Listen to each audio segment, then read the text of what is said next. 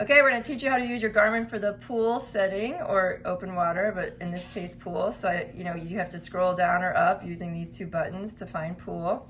And then I'm gonna make sure that the distance that I'm using for 25 yards, 25 meters is here. So I'm going to actually click pool settings and then go down to pool size. So you can enter here and switch the distance of the pool, 33.5 meters, 33.5 yards, custom if you have another pool that's a different distance.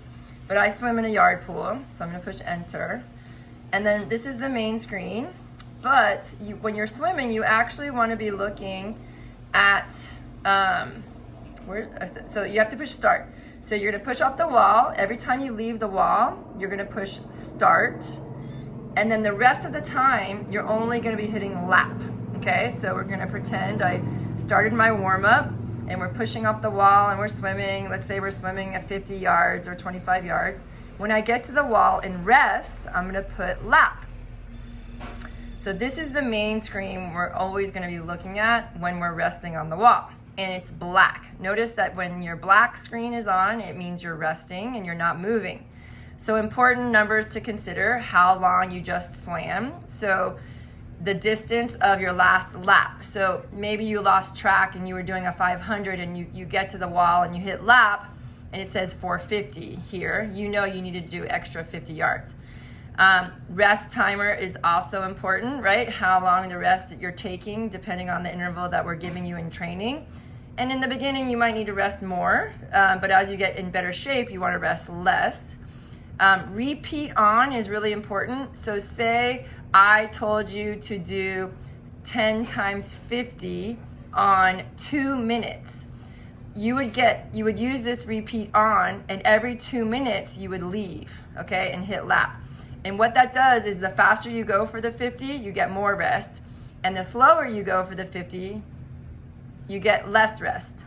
But this is a great way to train to kind of modify how much rest you're getting depending on your intensity. And then the top number is your interval time. So let's just say I swam at 25 and it took me 16 seconds.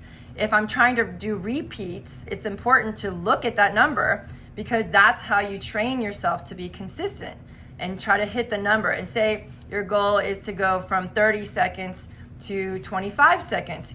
You would want to keep looking at that number and adjust your kicking, your pulling, your intensity of movement based on your goal time that you're aiming for, okay? So we're gonna pretend that I leave the wall again and I'm swimming. So it's a white screen. So this is how you know that you're moving, okay? So we're gonna hit lap again. You don't hit stop or start until you leave the pool. You're only just gonna be hitting this lap button.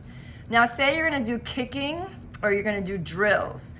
If you're not moving your arms, the watch will not count your laps.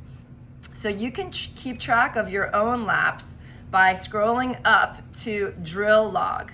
And then you're gonna keep track of how many laps you do. Okay, so I'm gonna hit lap and say I'm doing a 200 kick. So I'm kicking. The watch is white, so it knows I'm moving. And then I'm done with my 200 kick. I'm gonna hit lap again. And it's gonna ask me how far did I drill or kick.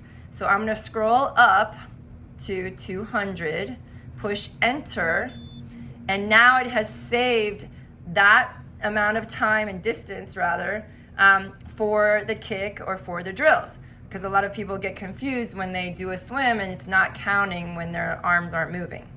So I hope that helps you guys. And when you're done with drills, you wanna go back to this main screen. And this is what you're gonna focus on. But you can also scroll through and it'll tell you the total time for your last interval. You can also tell you the total time you've been in the water and your total distance, because sometimes it's hard to keep track, right? So you can scroll through, but this is the screen you always wanna stay on for all the information most of the time. All right, guys, I'm gonna push stop because I'm done with my workout. Don't forget to push save. Okay, it's gonna ask me, do I wanna resume or save? Obviously I wanna save, or you can discard, and then it's gonna ask me for my heart rate monitor, which I don't typically wear. So, I mean, it didn't today, but sometimes it does ask you. And then now it's stuck in my training peaks because I have it my watch synced up with my training peaks. All right, guys, I hope that helps. Happy swimming. Bye.